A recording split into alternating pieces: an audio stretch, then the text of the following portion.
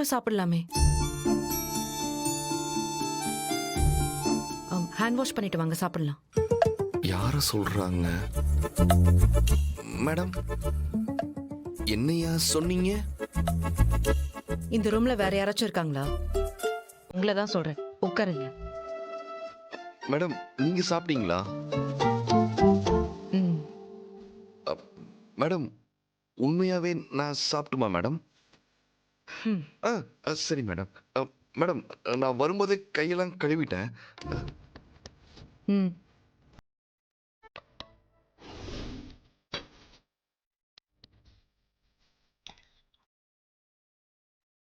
வெற்றி, இதெல்லாம் உண்மையா? இதெல்லாம் அனுபவிக்கிறதா வேண்டாமான்னு தெரியலையே. ஒரு நிமிஷம். ஆஹா, ஆரம்பிச்சிட்டாங்களே. இப்ப என்ன பஞ்சாயத்துன்னு தெரியலையே. பாப்பாக்கு செஞ்ச சாம்பாரு காரம் கொஞ்சம் கம்மியா இருக்கும். பரவாயில்ல மேடம்.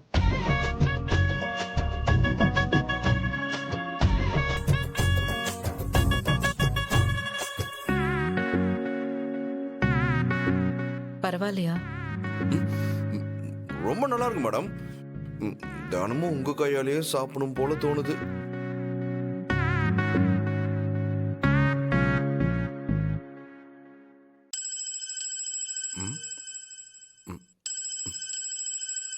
மேடம், அத்தை கால் பண்றாங்க.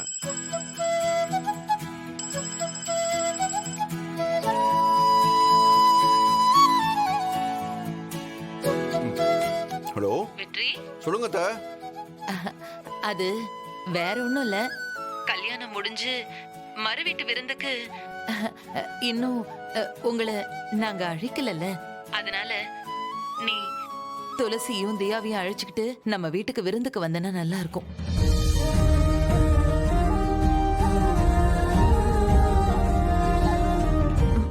நான் துளசி கிட்டே சொல்லிட்டேன். அத்த விருந்துக்கா கூப்பிடுறீங்க? அத்த நாங்க அங்க வரணுமா அத்த? ஆமா வெற்றி, நீ வந்தனா நல்லா இருக்கும். வந்துடுறோம் அத்த. இப்பவே கிளம்பி வந்துடுறோம் அத்த.